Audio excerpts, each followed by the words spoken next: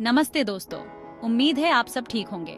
मालूमात दुनिया में आपका स्वागत है, जहां हम आपको दुनिया के बारे में हैरान कर देने वाली जानकारी देंगे। यहां हम अपने खूबसूरत ग्रह के बारे में दिलचस्प फैक्ट्स डिस्कवर करते हैं, आपको दुनिया के अलग अलग हिस्सों की सैर कराएंगे। मैं हूं आपका नाम और मैं आपके साथ इस इंटरेस्टिंग जर्नी पर चलने के लिए तैयार हूं। और मैं कुछ ऐसे अमेजिंग फैक्ट्स शेयर करने के लिए बहुत एक्साइटेड हूं जो आप शायद नहीं जानते। ये फैक्ट्स आपको हैरान कर देंगे।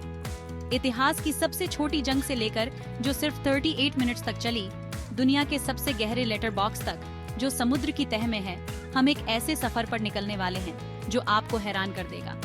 यह सफर आपकी जानकारी में और इजाफा करेगा।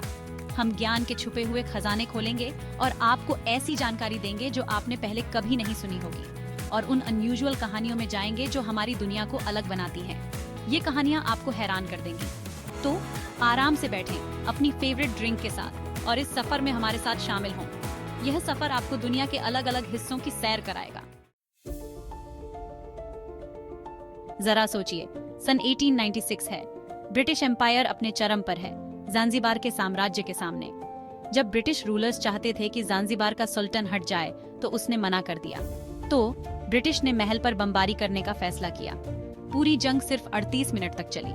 आपने सही सुना, सुल्तान ने इतनी जल्दी हथियार डाल दिए कि आप यूनियन जैक भी नहीं कह सकते, और इतिहास की सबसे छोटी जंग खत्म हो गई। कभी कभी इतिहास कहानियों से ज्यादा अजीब और छोटी हो सकती है। चलिए डेजर्ट्स की बात करते हैं। जब आप यह शब्द सुनते हैं तो आपके दिमाग में शायद रेत के टीलों की तस्वीर आती है, लेकिन धरती पर सबसे बड़ा डेजर्ट असल में एक बर्फ से जमा हुआ मैदान है, एंटार्क्टिका।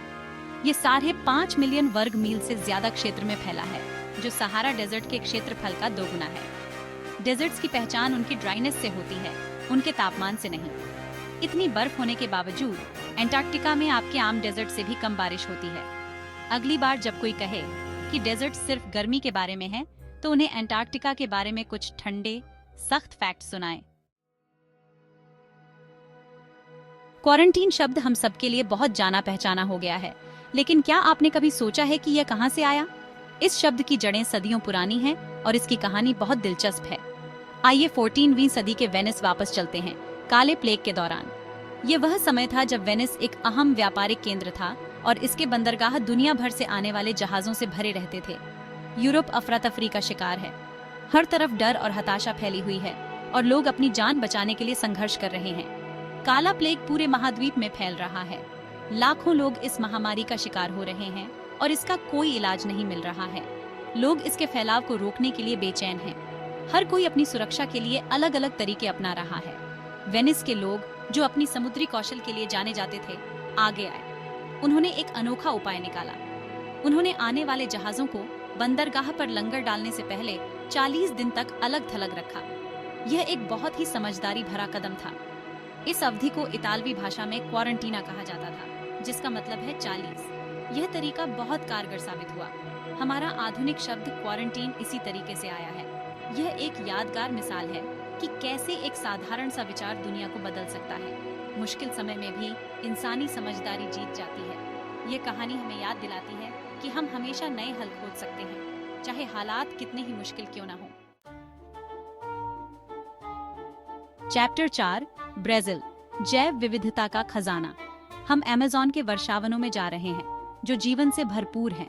ब्राजील, जो अमेज़न के एक बड़े हिस्से का घर है, प्रकृति की प्रयोगशाला जैसा है। इसमें पेड़ पौधों और जानवरों की इतनी वैरायटीज हैं जितनी आप सोच भी नहीं सकते। सिर्फ पेड़ पौधों की 50,000 से ज्यादा स्पीसीज, जैगुआर्स, मंकीज, स्लॉथ्स और बर्ड्स, आप नाम लें, ब्राजील के पास सब कुछ है। इनमें से बहुत से जीव जंतु धरती पर कहीं और नहीं पाए जाते। ब्राजील जैव विविधता का ग्लोबल चैंपियन है। चैप्टर 5, आपको मेल मिला है।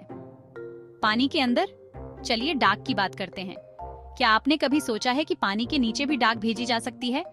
जापान में एक लेटर बॉक्स है जो पानी के अंदर 10 मीटर की गहराई में है। यह अनोखा लेटर बॉक्स सुजामी बे में स्थित है। सुजामी बे में आप स्कूबा डाइविंग कर सकते हैं और अपने पोस्ट कार्ड्स डाल सकते हैं। यह एक अलग ही एक्सपीरियंस है जो आपको कहीं और नहीं मिलेगा। डाइवर्स और टूरिस्ट्स वाटरप्रूफ पोस्ट कार्ड्स भेजने के लिए इस अनोखे लेटर बॉक्स का रुख करते हैं। यह पोस्ट कार्ड्स खास तौर पर पानी के अंदर भेजने के लिए बनाए गए हैं। डाकघर असल में एक खास डाइवर के जरिए नियमित रूप से लेटर्स इकट्ठा करता है। यह डाइवर पानी के अंदर जाकर लेटर्स को इकट्ठा करता है और उन्हें सतह पर ले आता है। अगली बार जब आप एडवेंचर के लिए तैयार हों, तो जापान की फ्लाइट बुक कराएं और दुनिया के सबसे गहरे लेटर बॉक्स में स्कूबा डाइविंग करें। यह एक ऐसा एक्सपीरियंस है जो आपकी यादों में हमेशा के लिए रह जाएगा। बस यह पक्का कर लें कि आपकी लिखाई पानी के अंदर पढ़ने लायक हो। वाटरप्रूफ इंक और खास कागज इस्तेमाल करें ताकि आपका मैसेज सही सलामत पहुंच सके। चैप्टर 6, नेपाल का झंडा सभी रूल्स को तोड़ता हुआ। फ्लैग्स आमतौर पर आयताकार होते हैं, है ना? नेपाल में नहीं। नेपाल का झंडा 2 क्रिम्सन ट्रायंगल्स का जोड़ है। ऊपरी ट्रायंगल हिमालय का प्रतीक है। निचला हिस्सा उपजाऊ घाटियों और लोगों की निरूपण करता है। एक जैसेपन की दुनिया में उन्होंने अलग होने की हिम्मत की। नेपाल के झंडे की इसकी अलग खूबसूरती और आजादी की भावना की प्रशंसा करें जिसकी वह निरूपण करता है। चैप्टर 7, मौसिनराम, जहां बारिश कभी नहीं रुकती। मौसिनराम इंडिया का एक गांव दुनिया में सबसे ज्यादा औसत बारिश का रिकॉर्ड रखता है।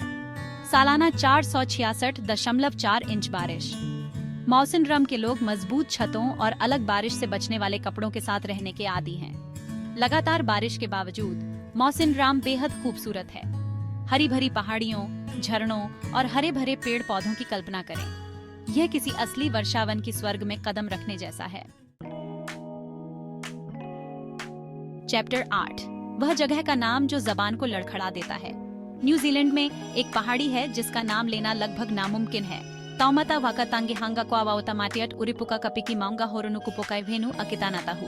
इस माओरी नाम का अनुवाद उस जगह के रूप में किया जाता है जहां टामटिया, बड़े घुटनों वाला आदमी, अपने प्यार के लिए बांसुरी बजाया करता था। ये माओरी भाषा की विशालता और जटिलता का प्रमाण है। ये कहना मुश्किल है, लेकिन कम से कम यह एक अच्छा पार्टी ट्रिक है। इसे सही तरीके से कहने की कोशिश करें। ये एक मजेदार चैलेंज है। चैप्टर 9, ऑरफील्ड लैब्स, अपने विचार सुने। सचमुच हम लगातार शोर की दुनिया में रहते हैं, लेकिन एक ऐसी जगह भी है जो इतनी शांत है कि आप अपनी धड़कन खुद सुन सकते हैं। मिनेसोटा में ऑरफील्ड लैबोरेटरीज। यह ध्वनिरोधी कमरा सभी ध्वनि की प्रतिध्वनि को सोख लेता है। अंदर ध्वनि का लेवल इतना कम है कि यह नेगेटिव डेसिबल्स की माप करता है। जो लोग अंदर गए हैं उन्होंने अपने शारीरिक क्रियाओं को सुनने का जिक्र किया है। इंद्रियों की अभाव का एक्सपीरियंस किए बिना कोई भी वहां 45 मिनट से ज्यादा नहीं रह सकता। कभी कभी खामोशी इतनी भी अच्छी नहीं होती। चैप्टर 10, असली ओलंपिक्स की तरफ वापसी। ओलंपिक्स की जड़ें प्राचीन ग्रीस में हैं, खास तौर पर ओलंपिया में। 776 ईसा पूर्व में प्राचीन यूनानियों ने ओलंपिक्स का अपना वर्जन आयोजित किया था। यह एक धार्मिक त्योहार था, ज़्यूस के लिए एक श्रद्धांजलि। पूरे ग्रीस के एथलीट्स ने रथों की दौड़ और कुश्ती जैसे प्रतियोगिताओं में हिस्सा लिया। खेल की अवधि के लिए सभी युद्ध रोक दिए गए। इन प्राचीन एथलीट्स ने खेल के जरिए शांति को बढ़ावा दिया। ओलंपिया में इसके साधारण शुरुआत को याद रखें, जो खेल की स्थायी ताकत का प्रमाण है। बस इतना ही है दोस्तों, हमारे अविश्वसनीय ग्रह के बारे में 10 दिमाग को हिला देने वाले फैक्ट्स। पानी के अंदर लेटर बॉक्स से लेकर इतिहास की सबसे छोटी जंग तक हमने सब कुछ कवर किया है। मुझे उम्मीद है कि इन कहानियों ने आपकी जिज्ञासा को बढ़ाया होगा और आपको याद दिलाया होगा कि दुनिया आश्चर्यों से भरी पड़ी है। अगले एपिसोड तक क्यूरियस रहें मेरे दोस्तों।